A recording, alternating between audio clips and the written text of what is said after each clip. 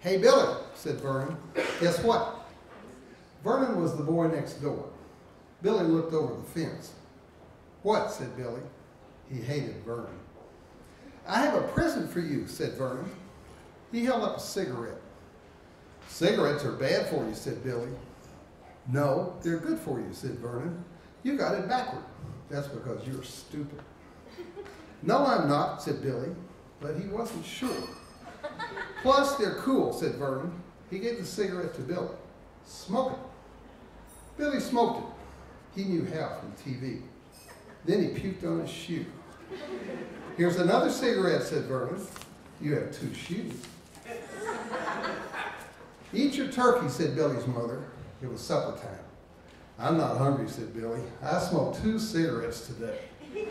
"Where'd you get them?" "Vernon gave them to me."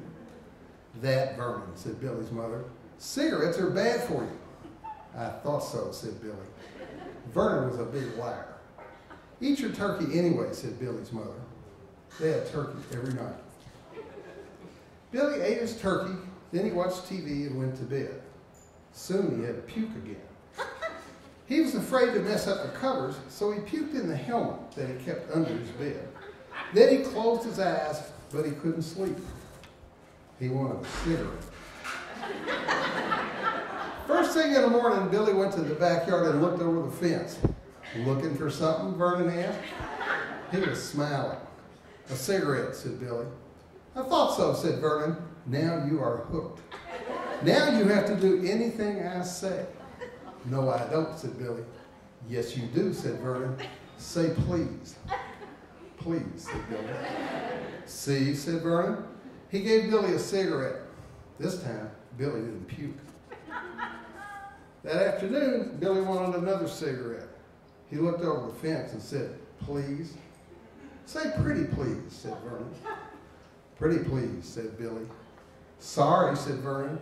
He held the cigarette up and broke it in half. He had a whole pack. Vernon was mean.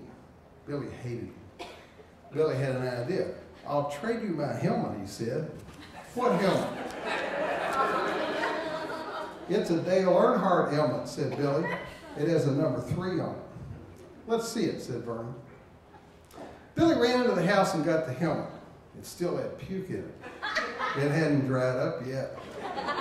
"Here," said Billy. He handed the helmet over the fence. It was black. "Earnhardt was one of the greats," said Vernon. "Not stupid like you." He gave Billy a cigarette, and then he put the helmet on his head. The puke ran down over his face. It was yellow. Vernon got mad. "Now I'm going to kill you," he said. "You can't," said Billy. "You can't get over the fence."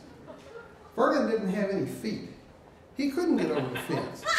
Instead, he rolled back and forth in his wheelchair.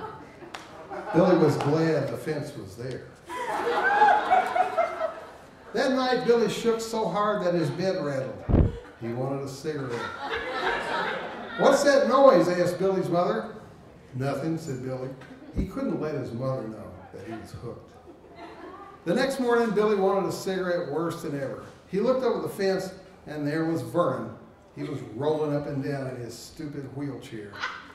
"No more cigarettes for Billy," he said. "No more cigarettes for Billy." He was kind of singing it. Billy pretended to be sorry. "I'm sorry, Vernon," he said.